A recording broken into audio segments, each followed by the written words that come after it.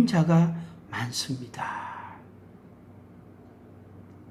우수, 슬픔이죠. 우수가 많습니다.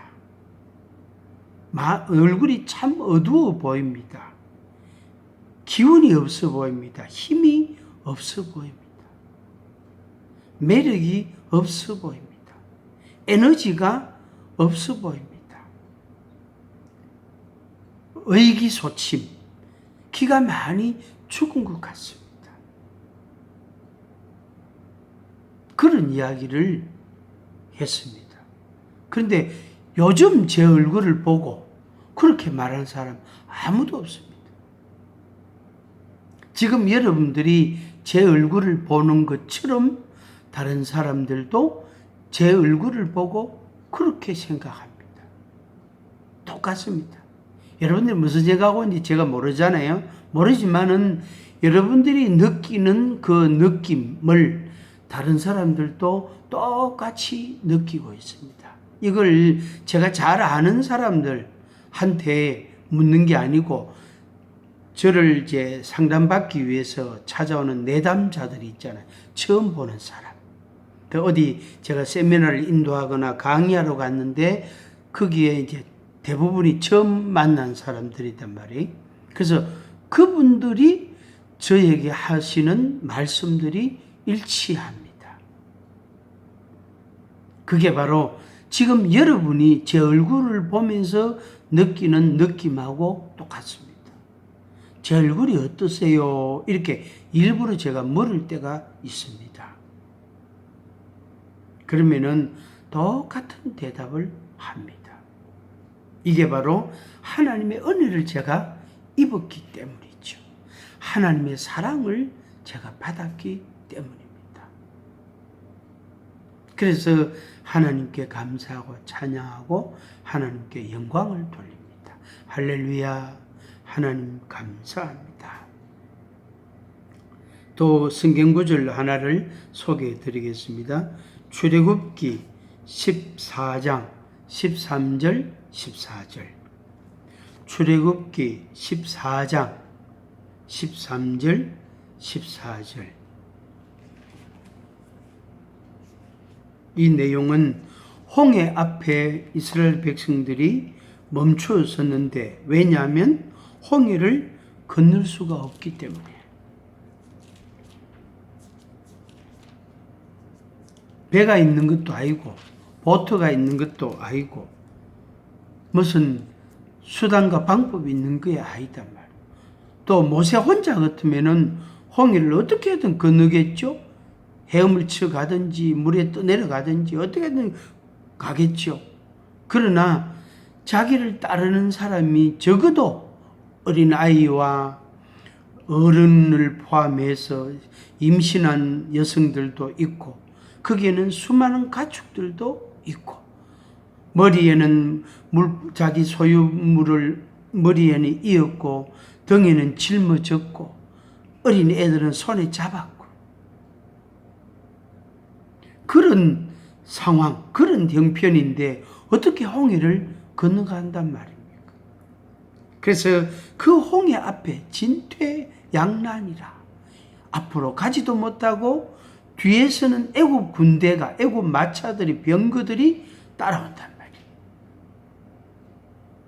이건 완전히 샌드위치처럼 끼어드는 거예요.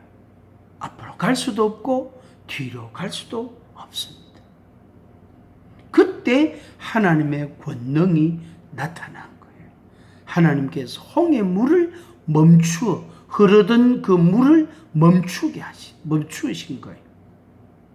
그래서 마른 땅같이 그들이 건너게 됐습니다. 그래서 뭐지요?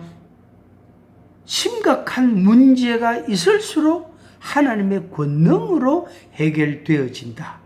하나님의 권능밖에 없다. 하나님의 방법밖에 없다. 그래서 하나님께 영광을 돌리게 됩니다. 그리고 그 사람은 하나님을 계속 믿음으로 살게 되겠죠. 왜? 그때 그 문제를 하나님이 해결해 주셨으니까.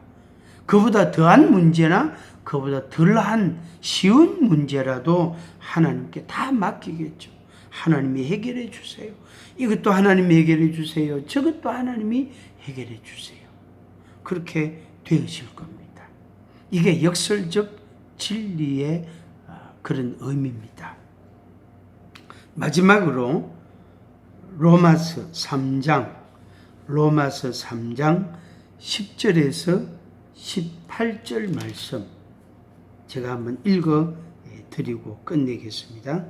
의인이 없을수록 의인이 된 사람의 가치가 엄청나게 빛나게 됩니다. 영광스럽게 됩니다. 경이로움을 느낄 수가 있는 거예요. 어떻게 의인이 됐어? 다 죄인인데, 모든 사람이 하나님 앞에 죄인인데 당신은 어떻게 의인이 됐어? 하나님의 은혜야. 예수님의 십자가의 죽으심을 믿음으로 내가 의인이 됐어. 죄의 용서함을 받았어. 그래서 죄책을 받지 않고 형벌을 받지 않고 죄로 인한 저주를 받지 않고 죄로 인한 영원한 멸망을 내가 받지 않게 돼. 지옥 갈 자가 천국으로 옮겨지게 된 거야. 하고 이제 아주 자신감 있고 확신 있게 말하게 되겠죠. 다 죄인인데 의인의 가치, 영광이 드러나게 됩니다. 여기서 뭐 큰 죄인, 작은 죄인은 아무 의미 없습니다. 살인죄 진 사람은 몇 사람 안 됩니다. 그러나 그것만 죄냐? 사기죄도 죄됩니다. 남한테 거짓말한 것도 죄단 말이에요. 상대방을 모욕한 거, 비난한 거, 그것도 죄단 말이에요. 그래서 성경은 의인은 없나니 하나도 없다고 선언해 주셨습니다. 우리가 그걸 인정합니다. 그 말씀을 받아들입니다. 그런데 예수님을 믿음으로 말미암아 의인이 된다면 얼마나 영광스럽겠습니까? 여러분도 그 의인의 반열에 속하기를 진심으로 바랍니다. 방법은 너무 간단합니다. 쉽습니다. 예수 그리스도를 여러분의 구주로, 여러분의 하나님으로 믿고 마음으로 영접하고 입으로 시인하면 됩니다. 로마서 3장 9절에서 18절까지 읽어드리겠습니다. 그러면 어떠하냐? 우리는 나으냐? 결코 아니라. 유대인이나 헬라인이나 다 죄 아래에 있다고 우리가 이미 선언하였느니라. 10절 기록된 바 의인은 없나니 하나도 없으며 깨닫는 자도 없고 하나님을 찾는 자도 없고 다 치우쳐 함께 무익하게 되고 선을 행하는 자는 없나니 하나도 없도다. 그들의 목구멍은 열린 무덤이요 그 혀로는 속임을 일삼으며 그 입술에는 독사의 독이 있고 그 입에는 저주와 악독이 가득하고 그 발은 피 흘리는데 빠른지라. 파멸과 고생이 그 길에 있어 평강의 길을 알지 못하였고 그들의 눈앞에 하나님을 두려워함이 없느니라.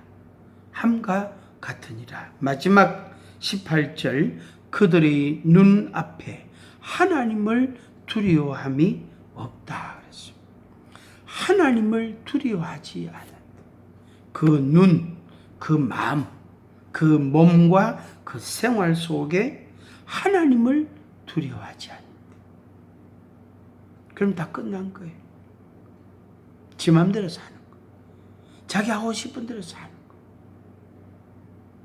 거기에서 만들어지는 생산되는 제품은 전부 죄라는 것입니다. 죄와 죄의 악입니다. 죄악입니다. 그래서 죄와 죄악.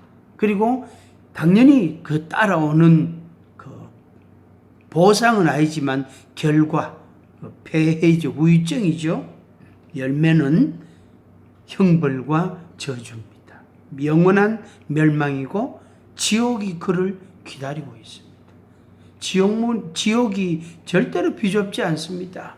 절대로 지옥 문이 뭐 좁거나 지옥이 좁아서 내 갈 데가 없다. 그렇게 농담하는 사람도 있는데 정말로 웃기는 말입니다. 절대로 인간의 영혼은 물질이 아니기 때문에 우리 몸은 100명이 들어가고 1000명이 들어가면 공간이 한계가 있잖아요. 그러나 영적인 것은 부피가 없단 말이에요. 영혼은 부피가 없단 말이에요. 무게가 없단 말이에요. 영혼은. 새털보다, 닭털보다, 오리털보다 더 가볍단 말이에요. 비교가 안 되죠. 영혼이라는 것은 부피가 없고 무게가 없습니다. 그래서 지옥에는 무한정 수많은 영혼들이 거기에 들어갈 수 있습니다. 그럴 공간이 충분히 됩니다. 사실은 공간이라는 그 개념 자체도 없습니다. 영의 세계이기 때문에. 천국도 공간이라는 개념이 없습니다. 영의 세계이기 때문에. 그들의 눈앞에 하나님을 두려워함이 없느니라. 하나님을 두려워하시기 바랍니다. 하나님을 두려워하시기 바랍니다. 하나님을 두려워하세요. 하나님을 두려워하세요. 의인은 없나니 하나도 없습니다. 내 스스로 내 죄를 스스로 내 죄의 형벌과 저주를 감당할 수 없습니다.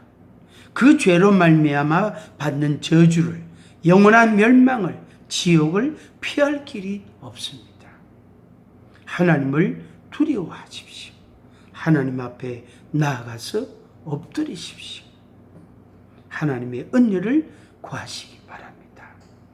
영원한 생명, 영원한 축복, 영원한 안식, 영원한 천국을 저와 함께 가지시길 바라고 소유하시길 바라고 그리고 현세에서 그 천국의 기쁨을 그 축복을 누리시기를 간절히 부탁을 드립니다.